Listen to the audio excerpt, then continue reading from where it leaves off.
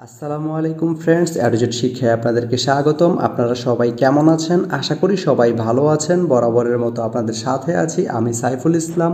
তো আজকে আমরা জানবো আপনি ভৈরব থেকে মাইজগাঁও যেতে কোন কোন ট্রেন রয়েছে, সেই ট্রেনগুলো ছাড়ার নতুন সময়সূচি, বন্ধের দিন এবং গিয়ে পৌঁছতে কতক্ষণ সময় লাগবে বিস্তারিত। তো আমি যদি আপনাদেরকে ট্রেনের সময়সূচিগুলো বলে দিই, আপনি ভৈরব থেকে মাইজগাঁও যেতে প্রথমেই যে ট্রেনটি রয়েছে সেটি হচ্ছে সুরমা। সুরমা ট্রেনটি ভৈরব থেকে ছাড়বে রাত 1টা 10 মিনিটে এবং এটি মাইজগাঁও গিয়ে পৌঁছবে সকাল 8টা 10 মিনিটে। এই ট্রেনটির কোনো অফ ডে নেই। এরপরে রয়েছে পারাবত। পারাবত ট্রেনটি ভৈরব থেকে ছাড়বে সকাল 8টা 6 মিনিটে এবং এটি মাইজগাঁও গিয়ে পৌঁছবে সকাল 11টা 55 মিনিটে। সোমবারের দিন এই ট্রেনটি বন্ধ থাকে।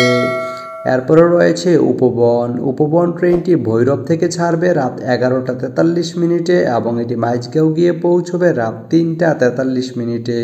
বুধবারের দিন এই ট্রেনটি বন্ধ থাকে।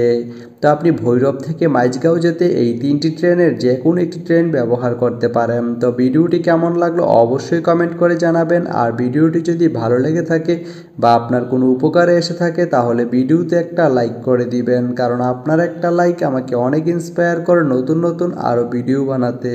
তো ধন্যবাদ সবাইকে ভিডিওটি এতক্ষণ ধৈর্য ধরে দেখার